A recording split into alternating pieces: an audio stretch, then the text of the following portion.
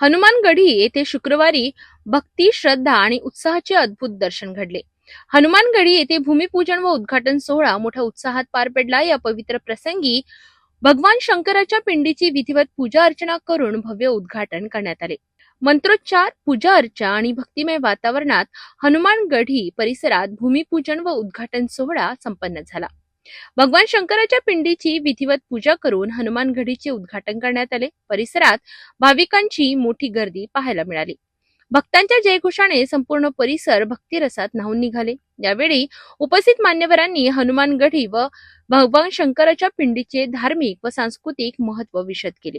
या पवित्र स्थळामुळे परिसरात आध्यात्मिक वातावरण निर्माण होऊन भाविकांना मानसिक शांती व श्रद्धेचा अनुभव मिळेल असा विश्वास व्यक्त करण्यात आला. कार्यक्रमाच्या शेवटी सर्व भाविकांना प्रसादाचे वाटप करण्यात आले.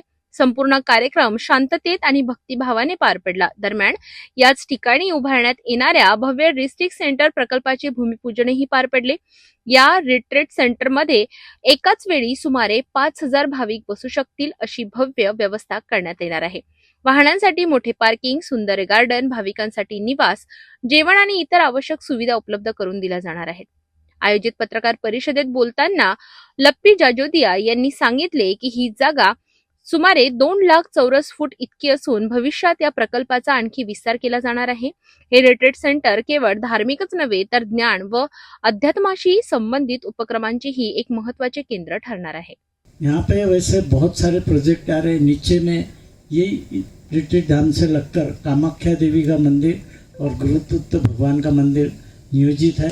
यहाँ पर कामाख्या देवी के जो संत है महंत गिरी जी, वो स्वयं आए थे और आते ही उन्होंने कहा कि मुझे यहाँ पर एक कामाख्या देवी का और एक भगवान गुरुदत्त का मंदिर बनाना है. इसके अलावा कम से कम 10 और नियोजित प्रोजेक्ट है जिसकी समय समय पर भूमि पूजन के साथ आपको बताया जाएगा. ये पूरा जो पीछे आप देख रहे हैं, आपके पीछे एक बड़ा झाड़ है, उस झाड़ के नीचे गायत्री कुंड है, बहुत पुराना है, हजारों साल पुराना है. उसमें पानी आता है, वो पानी आके जाके ऐसे पूरा तालाब का रूप ले लिया है.